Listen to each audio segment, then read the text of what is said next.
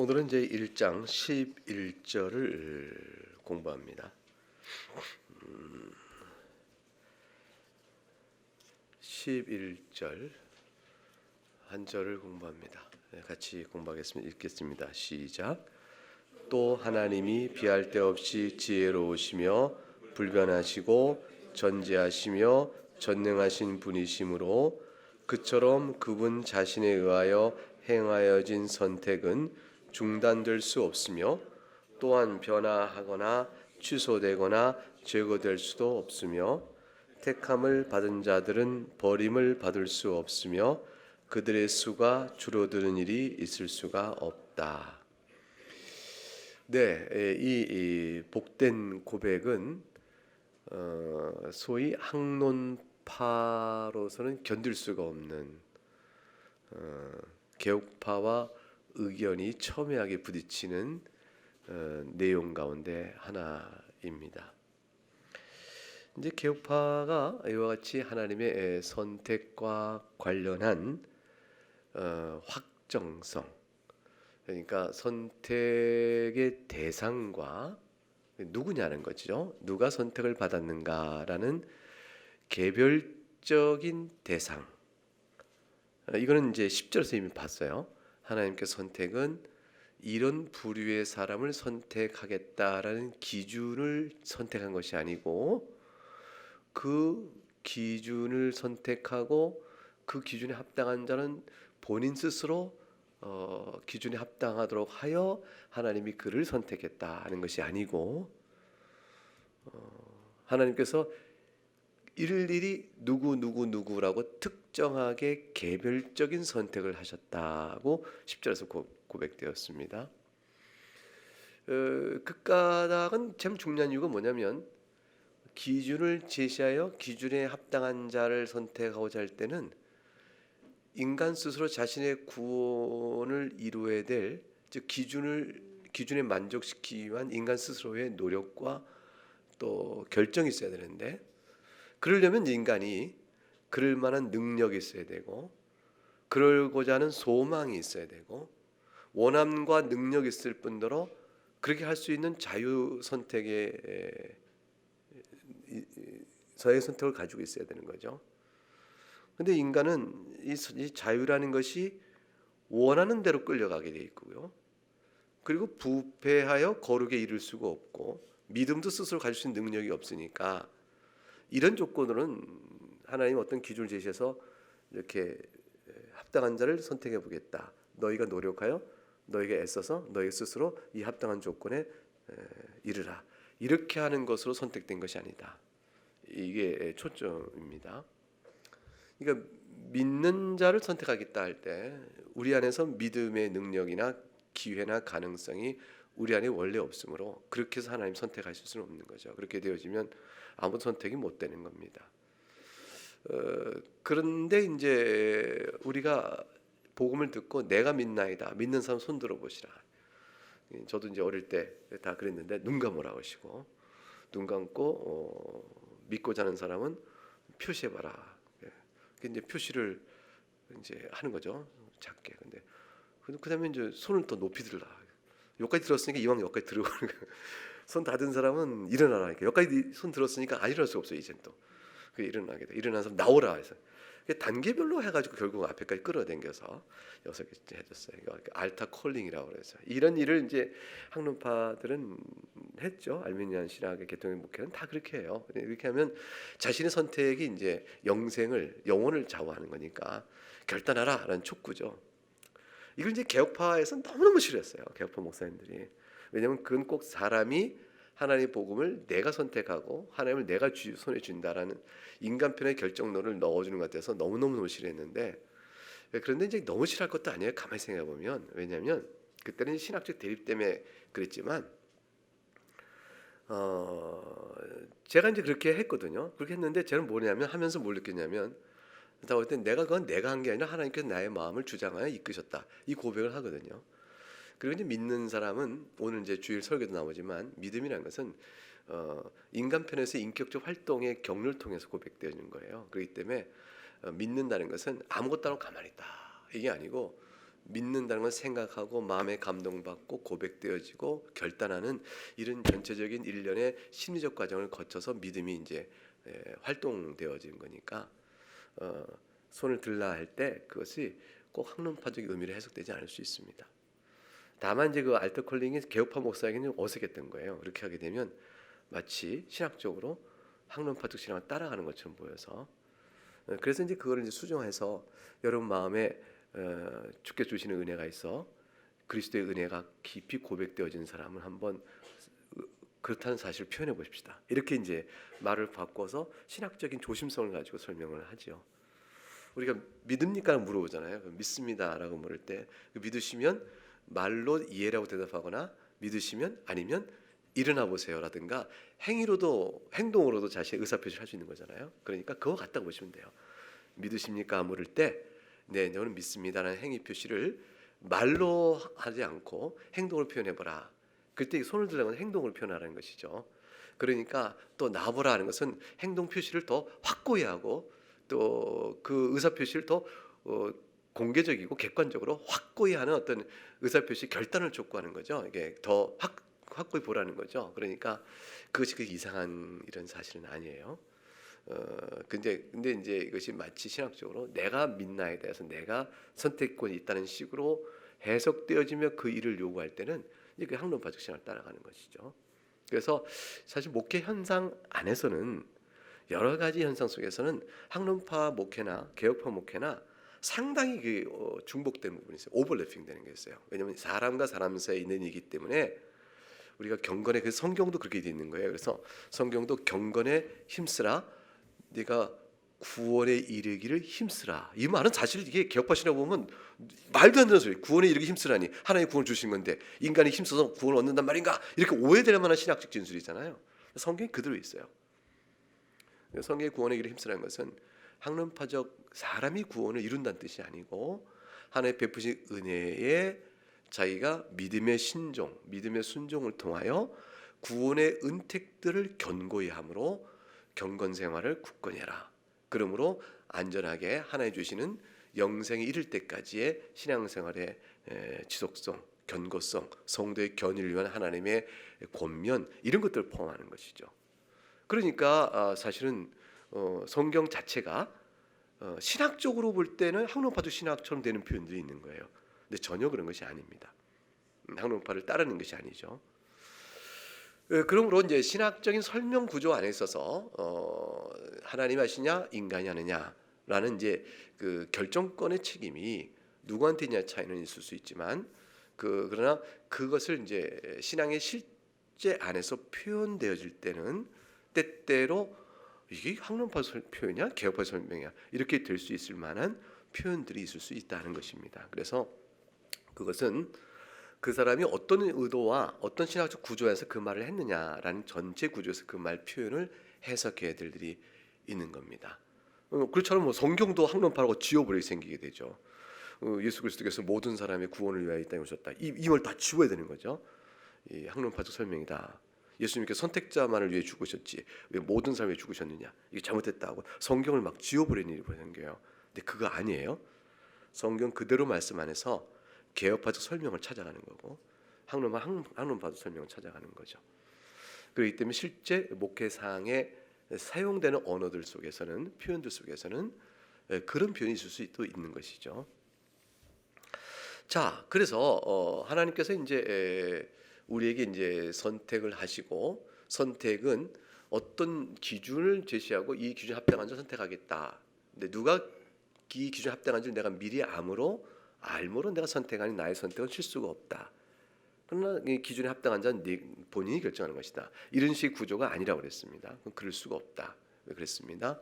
우리에게는 본래부터 능력과 가능성이 없기 때문이요. 소원하는 바가 하나님을 미워하지 하나님을 따라가고 있지 않음이요. 그래서 불가능합니다.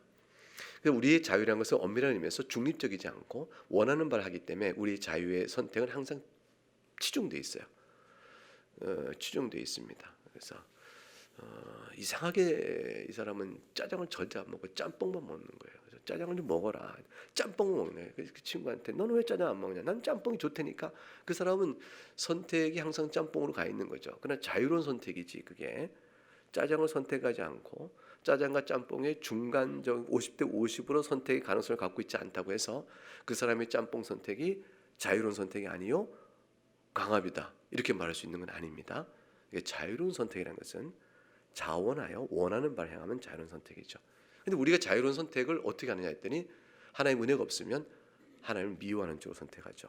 기준에 반대되는 선택을 하게 돼 있는 거죠. 그게 개혁파 생활하는 인간관인 겁니다. 성경적 인간관은 그렇다는 겁니다. 따라서 하나님의 절대적 은혜로 우리를 돌이키시는 은혜가 있어야 한다.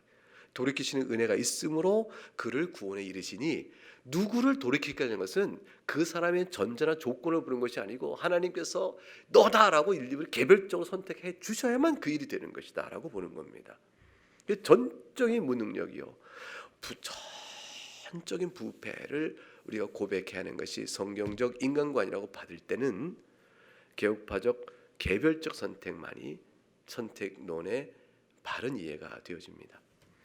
근데 여러분 이제 개별적으로 선택받았다는 것이 여러분에게 마음에는 어떠세요? 기쁨으로 오세요? 아니면 싫어요? 미워요? 기쁨이죠. 개별적 선택을 받으니까 기쁘잖아요, 그죠? 근데 이 개별적 선택이라는 것이 반대로 보게 되면 굉장히 이제 개별적인 유기. 선택하여 이게 너는 아니다라고 이제 유기하셨다라고 볼 때는 굉장한 이제 갑자기 어려워지는 거죠. 선택됐다는 건 좋은데 긍정적으로 보면 좋은데 반대 어두운 춤을 보니까 아예 너는 선택하고 나머지는 아니다라고 집단이 아니라 너는 아니다 이렇게 되는 거죠. 왜냐하면 야곱은 선택하시고 에서는 미워했다 하셨거든요. 개별적으로 하나님께서 버리신 자들이 있는 겁니다. 개별적으로 선택한 자가 있고 그럴 때 우리는 이제 심적인 충격을 받는 거죠. 어떻게 개별적으로 다 일일이 버리시나? 어떻게 그러실 수 있을까? 이런 생각이 드는 거죠. 그런 것 때문에 이제 학론파는 저항을 하는 겁니다. 하나님이 어떻게 개별적으로 버리시냐? 인간 스스로 책임을 질 부분을 남겨놔야지. 그러니까 이제 인간의 자유 이거 얘기를 자꾸 하는 거예요. 그러니까 학론파가 깜빡 잊고 있는 게 뭐냐면 애초부터 우리는 아무도 개별적인 선택을 할 것도 없이 애초부터 개별적으로 전부 다 멸망에 이르게 된 사람이라는 사실을 또 깜빡 잊고 있는 거예요. 그 돌드신 총회는 신경을 제일 첫 번째 뭐라고 그랬어요? 하나님께서 한 사람도 안 구원해도 하나님 불의하지 않다. 이 사실 천명하고 천명하죠. 계속 반복하는 겁니다. 잊지 말라는 거예요. 애초부터 하나님께서는 우리 가운데 아무도 선택하여 개별적으로 선택하지 않으셔도 개별적으로 다 멸망에 처하게 하셔도 하나님께서는 아무런 불의한 분이 아니다. 그러니까 잊지 말 것은 선택이란 것은 하나님 주권에 의한 사랑이지 다른 게 아니에요. 그러니까 개별적 유기는 하나님께서 하나님께서 사랑을 베풀지 않았다고 얘기하는지 모르지만 사랑을 베풀지 않았다고 반발할 수는 없어요. 왜냐하면 사랑은 전적인 주는 자의 마음인 거예요. 주권인 거죠. 그리고 사랑받지 못한 사람에게는 뭐가 문제냐면 공의성이 문제가 되는 거예요. 그러니까 나는 하나님의 사랑을 못 받았다. 근데 나는 내가 하나님의 사랑을 받지 못한 게 불의하다. 이러면 이제 문제 제기가 되는 거예요. 근데 불의하지 않으면 사랑하지 않았다 하여 하나님께 문제 제기를 할 수가 없는 겁니다. 이제 이 점이 굉장히 중요한 점이에요. 그러니까 예수님께서 내가 너 약속한 것을 그대로 가지고 가라. 저자에게 내 것을 가지고 내가 선한을 베풀기로니 네가 나를 악하다 하느냐. 이제 그 포도원 품꾼 비유에서 나오는 얘기 아닙니까? 하루 종일 한 자나 마지막에 들어온 자나 똑같이 하루의 일삭을 다 주니까 하루 종일 일하는 사람이 화가 난 거죠. 근데 하나님께서 주인이 뭐라고 그래요? 너와 내가 약속한 게 한 데나리온이니까 내가 너에게 무슨 악을 행했냐. 불의하지 않다는 거죠. 그리고 내가 저자에게 늦게 들어온 일하지 않은 자에게 주는 것은 내가 내 것을 가지고 그에게 선을 베푸신 건데 어째 네가 나를 악하다느냐. 이 말은 뭐냐면 하나님이 모두가 멸망자인들 가운데서 선택하여 누구에게 구원의 은혜를 주신 것은 하나님의 선하심이요 사랑이지 이 사랑에 대하여 그렇지 못한 자가 하나님을 불의하다 말할 그런 대상이 아니라는 겁니다. 대상이 아니라는 거예요. 우리가 뭐 선을 베풀 때 그러잖아요. 다 똑같이 당신에게 내가 이거 줄게요. 아, 왜 저에게? 근데 당신 제가 마음에 들었어요. 아, 제가 왜 마음에 들어요? 아, 그냥 마음에 드네요. 그 옆에 있는 친구가 왜 난 안 주냐? 아이, 왜 너도 꼭 줘야 되냐? 그 똑같이 줘야 돼서 다른 사람에게 사랑을 못 준다면 이건 사랑을 행위를 할 수가 없는 겁니다. 그건 아니에요. 사랑은 불의한 게 불의냐를 대상의 판단이 아니에요. 근데 하나님께서 그러면 이제 불의하냐고 볼 때는 약속이 위반했을 때는 거죠. 또는 사랑을 받지 못한 자가 심판을 받게 되는데 심판이 불의하냐 이 문제를 다뤄야 되는 거죠. 그래서 자, 하나님의 사랑은 주권에 속한 것이니 하나님의 주권에 대하여 시시비비를 가려 불의하다 말할 수가 없다. 이건 로마서에 나와요. 토기장이와 토기의 비유예요. 토기장이 주권입니다. 어느 토기를 어떻게 쓸 것인지 따라서 하나님께서 선택하신 것은 하나님의 사랑이요 시비의 대상이 아니다. 이게 굉장히 중요하고, 두 번째로 염두에 둘 것은 뭐냐면, 그러면 유기된 개별적으로 유기되도 되어진 사람들에 대하여 하나님이 불의하시냐 물을 때는 그들을 심판하시는 공인성의 문제에 따라 판단해야 되니, 죄도 없는데 그들을 유기하여 멸망했다면 하나님이 이제 불의한 것이죠. 그러니까 죄도 없는데 멸망하도록 유기시켰다면 하나님이 불의하신 거예요. 근데 유기 작정이 죄가 없는데도 그리하시냐, 죄의 값대로 마땅히 심판을 받는 것이냐, 여기서 이제 문제가 등장하는데 그 문제에서 할 말이 없는 거죠. 공의의 심판에 따라 온전한 심판이 이루어지니 불의하지 않으시죠. 그러므로 하나님 유기적인 개별 선택에 대해서 하나님을 힐문할 수가 없는 겁니다. 선택적인 개별적인 선택을 통한 구원에는 하나님의 긍휼과 사랑에 대한 영광이요, 또 개별적인 유기의 작정 예정에 있어서는 하나님의 공의의 완전함이 드러납니다. 이런 얘기를 할 수 있겠죠. 선택받은 자들도 똑같이 죄인인데 왜 저들은 그러면 생명을 주시는가? 저자들의 죄값은 어떻게 하는 것이냐? 그게 그 점이 이제 하나님의 사랑의 주권적인 선택에 대한 시비거리예요. 근데 그 시비거리는 누굴 통해서 해결하셨어요? 예수님을 통해서 해결하신 거예요. 예수님의 피값으로 이미 죄값을 치러 주시는데, 예수님이 완전한 제3자면 제3자가 어떻게 하냐 할지 모르지만 예수님은 하나님 자신이세요. 성자 하나님께서 친히 사람이 되신 자신이기 때문에 그분의 죄값이 선택자에게 주어지는데 아무 문제가 없는 겁니다. 그리스도 안에 속한 자들에게 그 은혜가 주어질 때 누가 그리스도 안에 속하는 것이냐는 주권적 선택, 그 다음에 그 자들의 죄값은 이란 답은 예수 그리스도로 인하여, 이렇게 되니까 하나님의 공의성 문제가 완전히 더 이상 묻지 않게끔 되어지는 겁니다. 그렇게 하나님이 주권적으로 선택하신 일은 실수가 없으신 거예요. 이게 참 중요한 일이에요. 하나님 작정하신 일이 실수가 있을 수가 없는 일이에요. 그러니까 하나님은 후회가 없으시고 계산착오가 없으세요. 이럴 줄 몰랐다, 또는 상황을 미처 예측하지 못했다, 이런 돌발 변수가 생길 줄이야, 이런 것이 하나님에게는 없습니다.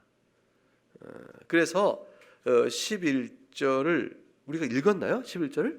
네, 읽었군요. 그래서 하나님이 비할 데 없이 지혜로우시다.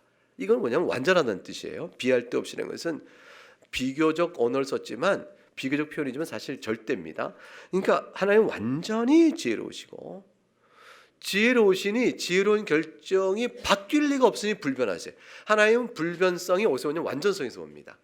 완전은 변화가 없어요. 변화라는 것은 불완전성의 반영입니다. 제한된 존재는 변화하게 되어 있어요. 그러나 하나님은 불변하심으로 완전하시고 신실하시고, 따라서 전지하시니 모든 걸 다 아시죠. 그러니 실수가 없어요. 전능하셔서 하고자 했으나 뜻을 모든 일이 없는 거죠. 이게 전지하다는 것은 미처 모르는 일이 없고, 전능하신 것은 하고자 했으나 행할 능력이 없는 일이 없다. 그러니까 지혜로운 것은 목적 설계죠. 지혜로우니까 목적에 따른 수단과 방편을 다 정하신 게 지혜예요.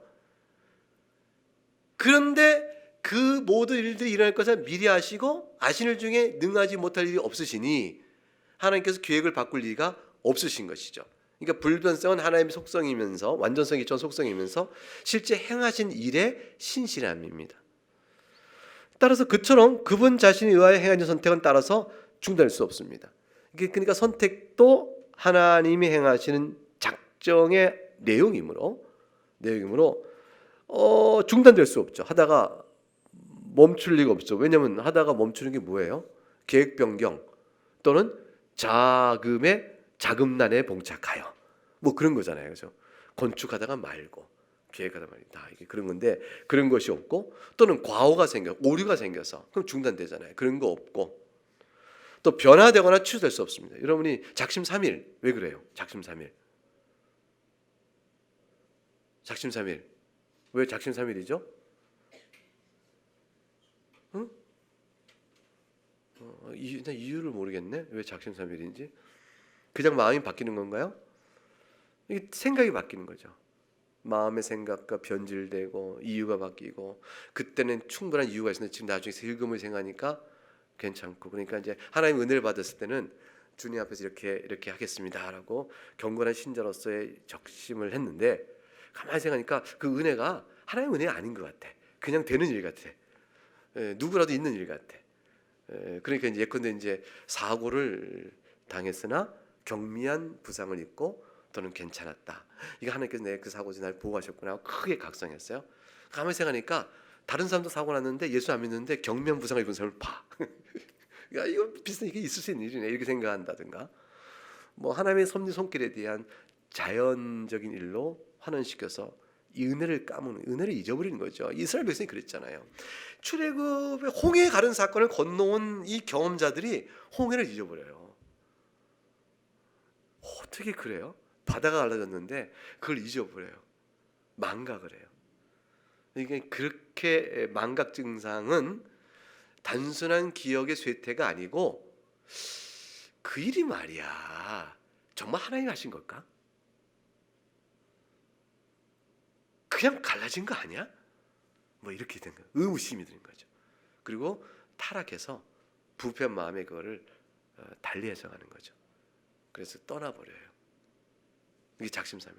하나님께서는 그런 일이 없어요. 인간은 하나님의 은혜로 계속적인 은혜로 붙들어주지 아니하시면 인간은 탁 놓으면 다시 돌아가듯이 이렇게 돼요. 이렇게 탁 놓으면 또 이렇게 돌아갑니다. 하나님께서 계속 은혜를 붙들어주셔야 합니다.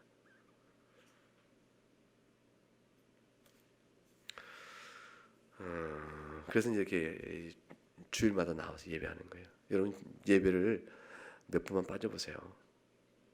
한 달 걸르고 2달 걸르고 3달 걸르고 예배를 소홀히 해보세요. 여러분 신앙은 완전 나중에 탄성 개수가 없어요. 놓으면 더 나쁜 건 맞는데 늘어져서 돌아갈지도 모르는. 아니 거꾸로 생각해. 이제 악이 작용을 해. 그래서 이게 실족을 해요. 근데 하나님의 악의 세력을 은혜로 꺾으시니까 다시 돌아가서 하나님의 백성의 자리에 와. 다시 또 악이 작용해. 근데 또 하나님의 은혜를 주시니까 다시 돌아와. 그런데 악이 쫙 해서 탄성 계수를 넘어 완전히 늘어져 버려. 그 하나님 은혜 주시는데도 돌아갈 줄 몰라요. 그러니까 하나님께서는 어떠시냐면 완전히 늘어져서 돌아갈 수 없을 만큼까지 타락하지 않도록 그 전에 하나님 손을 쓰세요. 그래 돌아갈 수 있게. 그것이 평생의 은혜 가운데 있으므로 한평생의 성도의 견인 그런 것처럼 신자가 한평생 동안 많은 실족함이 있거나 시험 가운데 있어도 보호를 받고 마치는 영생에 이르게 되는 겁니다. 하나님의 보호 성격이 그런 거죠. 하나님은 실수가 없으세요. 그러니까 이게 왜 이렇게 늘어지게 놔두실까? 왜 이렇게 탕 이렇게 놔두실까? 돌아가면서 보니까 하나님 은혜가 없으면 내가 돌아올 수 없었구나. 그걸 계속 깨닫는 거예요. 반복적으로 깨닫는 거죠. 깨닫으면서 주의 은혜뿐 예수님만 나의 소망 이거 알게 하시는 거죠. 그래서 더욱더 깊이 은혜 가운데 있어서 변화돼 가게 하시는 겁니다.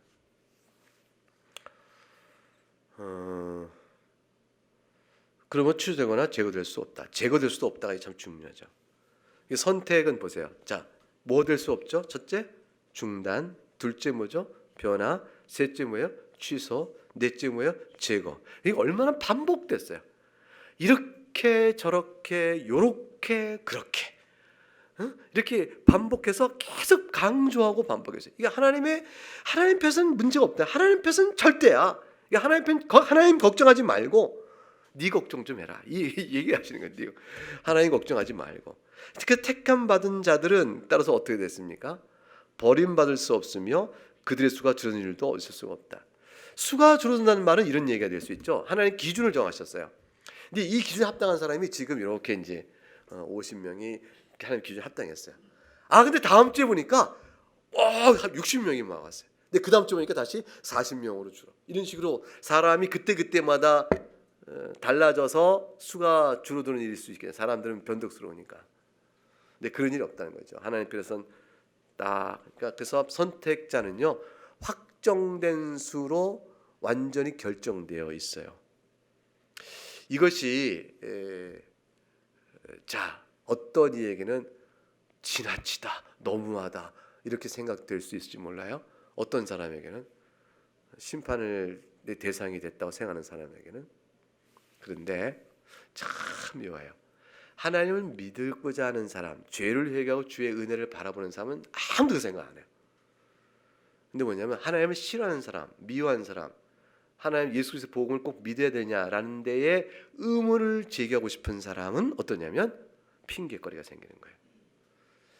그래서 선택과 유기의 예정론은 결국 뭐냐면 마음으로 하나님을 사랑하고 하나님 앞에 눈물로 회개하고 주의 용서를 구하는 자냐, 하나님께 시시비비를 가려 대적하고 논리의 근거를 찾아 반박하고자 하는 자냐, 그 마음의 심정의 상태를 정확히 노출시킵니다. 정확히 노출시켜요. 그래서 정직하게 하나님을 믿는 사람인데 예정론이 시험거리에 대해서 하나님을 못 믿겠다는 사람은 있을 수가 없어요. 왜냐하면 하나님을 믿는 사람은요 예정론이야말로 나의 은혜의 안전한 보루인 걸 알기 때문에 그래요. 하나님을 마음에 두는 사람, 그 사람은 어떻게 될까요? 자신의 죄성과 하나님의 크신 긍휼 외에는 답이 없음을 진실히 깨닫는 사람이어야 하나님을 사랑하게 되거든요. 예수님을 고백하게 되거든요. 근데 그렇지 않으면 예정론이 시비가 되고 시험이 된 사람은 결국은 하나님을 판단하는 거죠. 그래서 사람은 이제 죄란 게 그래. 궁극적으로 마지막 나온 죄의 성질은 뭐냐면 하나님과 맞짱 뜨는 거예요.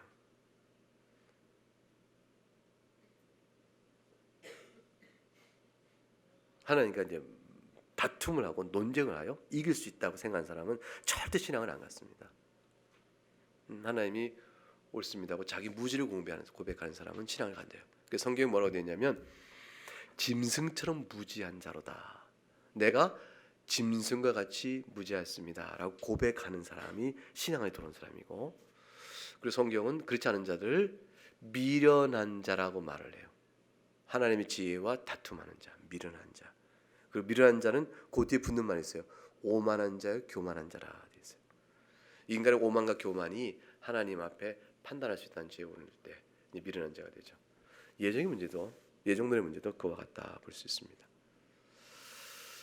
오늘의 공부는 하나님의 영원한 작정의 한 구원론적 실현인 예정에 있어서 하나님의 작정은 취소, 변경되거나 변화, 제거되거나 중단되지 않는다.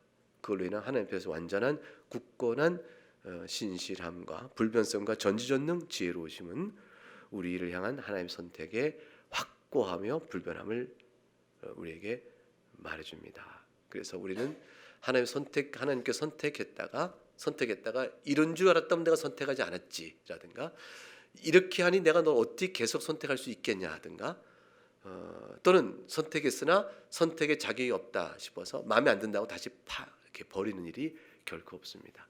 자, 이 사실은 뭘 의미하냐면 다음 주에 공부할 건데, 여러분이 마음에 스스로 나는 하나님 선택받은 자라는 위로가 싹 들다가 어떨 때는 스스로도 용납 못할 만큼 나는 하나님께 선택받지 못했을까 두려움이 교차적 왔다 갔다 할 때 여러분이 돌아가야 할 자리는 1장 11절 하나님의 선택은 변함이 없다라는 것을 기억하셔야 됩니다.